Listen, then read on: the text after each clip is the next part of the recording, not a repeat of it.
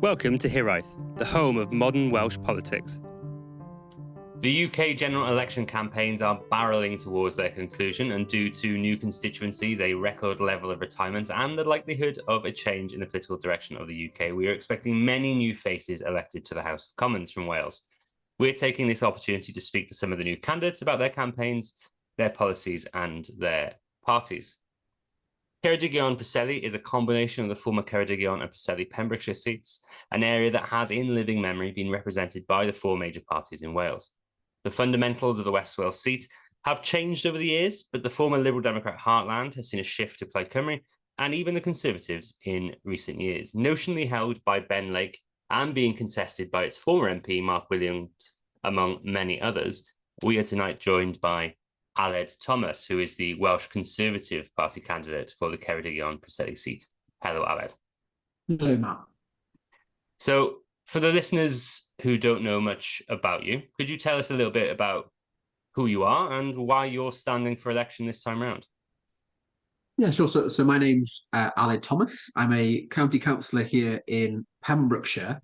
And I went to school actually in the constituency of Ceredigion Preseli at Cllr Preseli. So that's around, it was quite a bit away from my house, but my family was very Welsh speaking and wanted all of us to come up being brought up as first language Welsh. And that's something that's kind of stuck with me over the years. But I was made a county councillor in 2022, May 2022 at peak Boris Johnson Partygate. So another very difficult time for our party, but I managed to win my council ward by just 3 votes. It was the tightest vote of the election here in Pembrokeshire, and I'm the first ever Welsh Conservative councillor of my ward of Johnston. So something that will stick with me and stick with that seat. That's a record that I'll have surely to be on my Wikipedia page one day.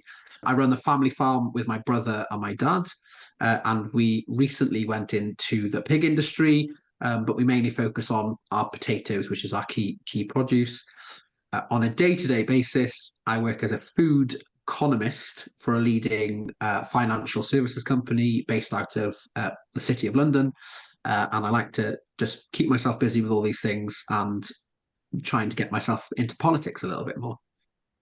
Okay, Alex. So like I said in the intro, the Conservatives have been making some strong strides in Ceredigion, and obviously they held the Preseli Pembrokeshire seat. What is the kind of history of the Conservative Party in your area, and how do you think the new map of constituencies in Wales will affect your campaign? Yeah, it's a very good question. I mean, because when people say where are you the candidate, I say Ceredigion Preseli, and they go, "Oh, you've got no chance there. Surely, there's no Conservative votes there." But I say actually, if you go back and look on this boundary, what the votes would have been in 2019. There was only we came second anyway, but we would have been only about 1,000 votes off between Plaid Cymru and Ben Lake. 1,000 votes would have won it in 2019. So it's actually a very marginal constituency. So I don't buy in at all that it's a no hope constituency for us as a party. It's a really strong. There's a lot of people in Ceredigion and Preseli who want to vote Conservative, who want to vote Welsh Conservative, but I think perhaps one of the things we haven't done so well as a party in the past couple of years or the past couple of elections is put a Welsh speaker in that area. As you know, Ceredigion is such a thriving Welsh area, and people really want to converse with somebody in Welsh. So that's something we're hoping to build on over the next couple of years. Hopefully, I'll be elected come July 5th. But if not, we'll keep at it. We keep our head up high. But as you said, Preseli Pembrokeshire has been held by Conservative for many years now. So hopefully we can keep that element of the constituency blue, as they say. But certainly the Ceredigion Preseli constituency is an interesting one this year, as you touched on at the start, with Mark Williams again standing, Ben Lake, we've got Labour, Reform. There's a lot of new angles coming at this constituency this time round, and it doesn't seem that there's going to be any sort of tactical voting by any party. So, in our perhaps archaic first past the post system, it's all to play for in Ceredigion Preseli. So obviously you're trying to unseat an incumbent MP, Ben Lake. You mentioned him in your previous answer. How would you rate his performance over the last 5 years? It's a very good question, and I think it's no secret to anyone that I've got a lot of time for Ben Lake. Ben and I have discussed many things. We kind of got a lot of common ground on many topics, certainly the rural agenda. I think as a constituency MP, I think Ben has been a very good MP, and there's no doubting that. And I'm not in this campaign to, you know, to talk people's personalities down and talk kind of, what they've done for the constituency down, because I think everybody has their merits. I think for me, it's really about what Ceredigion needs, and Ceredigion and Preseli, I should say, needs going forward. And while Ben, as an MP, might be a good person for that, I think it's the fallout, people falling out of love from Plaid Cymru and what the Plaid Cymru agenda always was, and where their future is going is what I think is what I'm talking about, not him as a person, because I don't think he hasn't done anything worth talking about in a bad light. So I think he's had a good performance. He's a very strong local MP, but I think we need to push Ceredigion and Preseli on going forward. So it's not a personal difference. Do you think it's more of an ideological one than Aled? Yeah, I mean, if you put me and Ben in a room together, we're very similar in our personalities. We of course disagree on some things. He thinks the Crown Estate should be devolved. I don't. He probably wants independence. I don't. So I think there's an element of ideological difference, but I think there's also an element of and anyway, I don't know if this speaks of government in general, and of course we'll see that whoever again gets in at Westminster, but if a constituency wants a lot of funding, then obviously you want somebody who's going to be able to get that funding into the area, and it's obviously easier to do that if you were part of the party that's in power. And I think another thing, which is a kind of a key thing I'm picking up on, and this goes for every constituency, things that are such a devolved. In Ceredigion, for example, you've got the council is run by Plaid Cymru, you've got Plaid Cymru members of the Senedd, and a Plaid Cymru MP. And what you often find is and Plaid Cymru are of course very good at it, is that they don't often speak out against each other. So if people are making decisions, people want their MP to be talking out against this decision by the council, for example, to close rural schools in Ceredigion. But that's just not happening because people don't like to break ranks. Now, that seems to be something we've done probably a bit too much in the Conservative Party of breaking ranks and speaking out against each other. But I think a little bit more of that needs to be done to kind of break that really tight-knit Plaid Cymru kind of enclosure on Ceredigion. And that's really what I'm focused on is the new area and nothing about Ben personally at all. So, okay, so let's talk about your would-be constituents, your current electors. What are the kind of key issues that they're bringing up with you on the doorstep? I think obviously, given the geography of the constituency, it makes up an absolutely huge landmass of Wales. You could say it's nearly a quarter of the landmass of Wales if you look at it on a map. It's pretty chunky. So it's probably one of the most rural, if not the most rural constituency in the country for this election.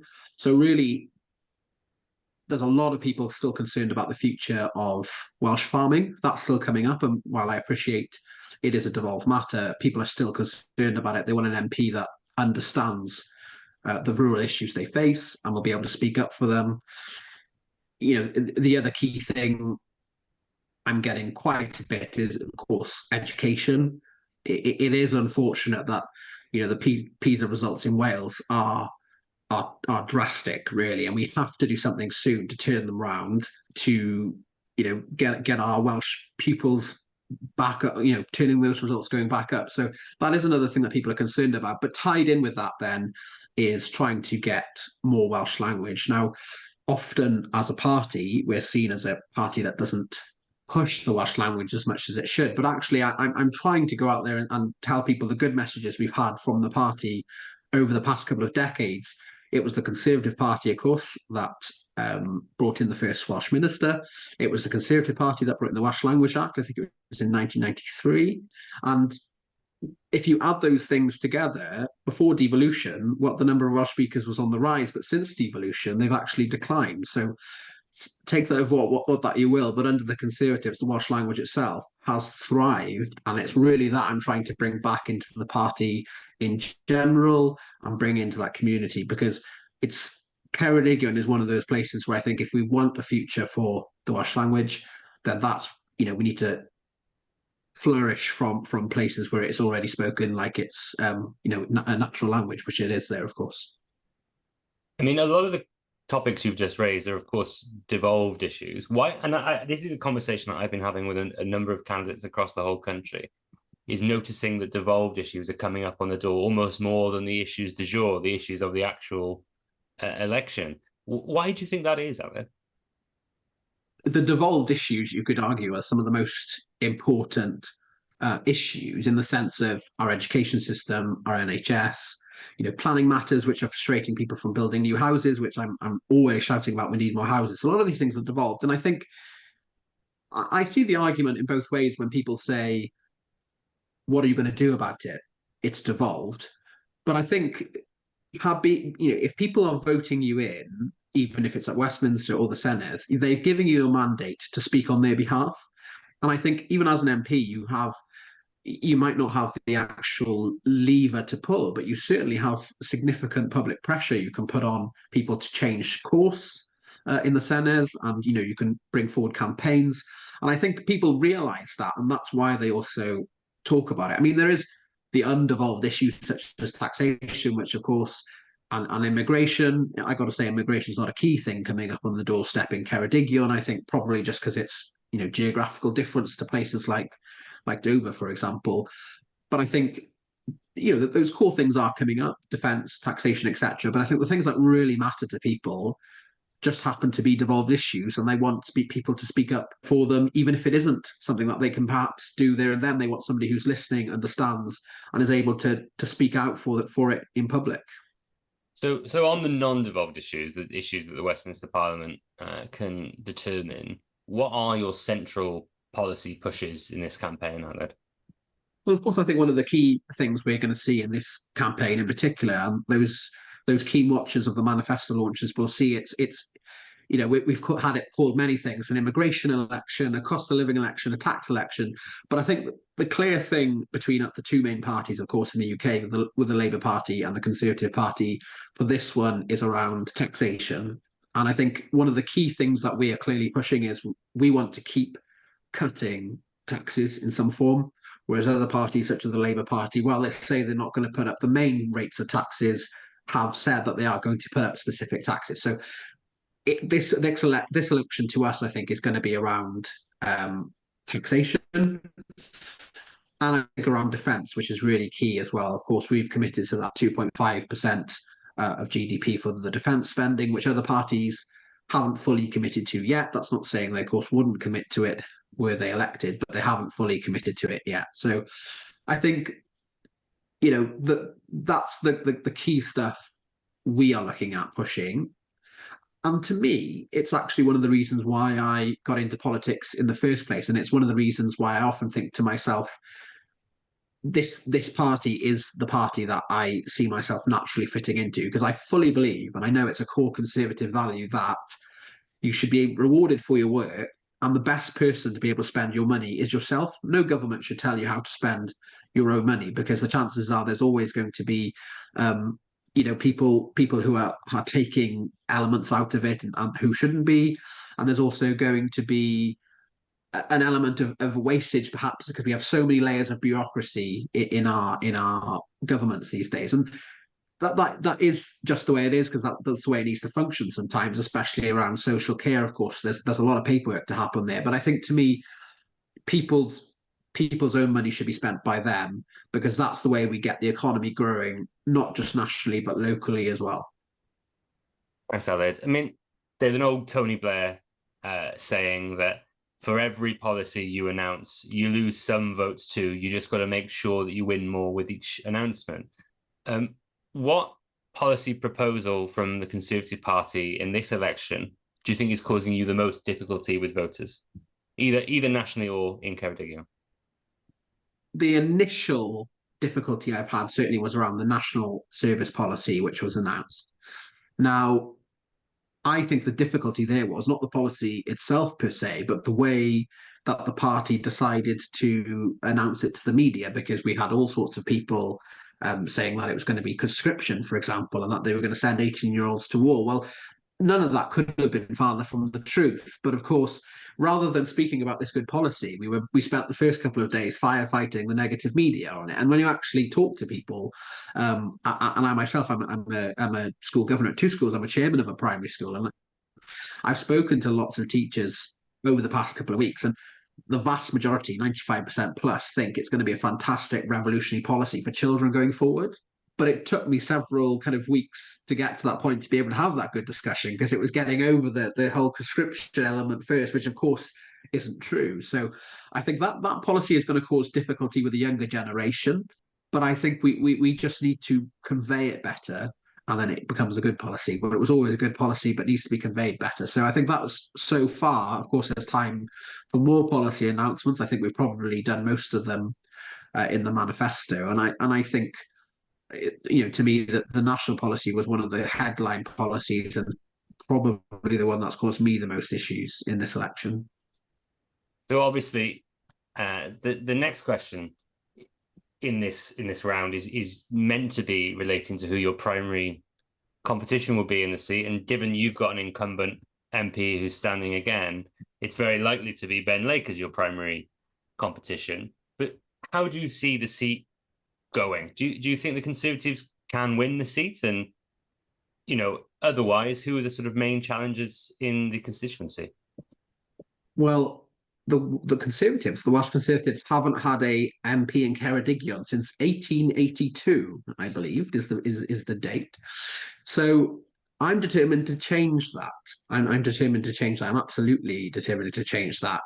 I hope I can change it this year on July the 5th, but if I don't, I'm certainly going to change it by the next general election. But I think as well for us, of course, there's all this excitement around a general election, but we've only got a little bit of time before we got the Senedd elections in May 2026. And of course, with the new super constituencies, which is likely that Ceredigion will go with Pembrokeshire, not finalised, of course. There is this element of we're starting a campaign for 2026 whilst we're finishing the campaign for the general election as well. So I wholly see the seat of Ceredigion in the next, certainly, well, I would hope in the next month, but within the next decade will be blue. But I think the way to do that is with a sensible Welsh-speaking candidate who understands the needs of those constituents. I think the UK in general is a small C Conservative. They might not always want to say it, but I think the general UK public is. And I think more so rural areas like Ceredigion, where, of course, a lot of people are from rural backgrounds, working on farms, working in rural businesses, are probably more so that small C Conservatives. But it's making them feel like they've got a political party that's perhaps listening to them. And maybe that's not something that we've done very well, but I'm determined to change that in the coming weeks, months, and years. Well, you may not know, Aled, but when we've had the Boundary Commission on the pod in the past, we've heavily and strongly petitioned for them to change the name of that constituency to Ceredigion. And if they merge it with Mid and South Pems as well, it'll be even Ceredigion longer. Aled, thanks so much for your time. I've got one more question for you, and it's about the overall election. Obviously, as we're recording this, I think we're something like 16 days away from polling day. What do you think the mood music is around the wider UK as we head into the election? And what do you imagine will be the outcome come the morning of July 5th? I think, I'm not blind to the fact that things are tough for the Conservative Party in this election. I do not see, and I'm basing this on generally people I'm speaking to in Ceredigion and Preseli, Mid and South Pembrokeshire, and other constituencies I've been to since the election was called. I am not seeing the current polling as we see on Twitter X being translated on the doorsteps, and I don't know. So it's going to be a tough election for us. We're going to lose a lot of really, really, really good MPs in this election, which is really, it's really unfortunate.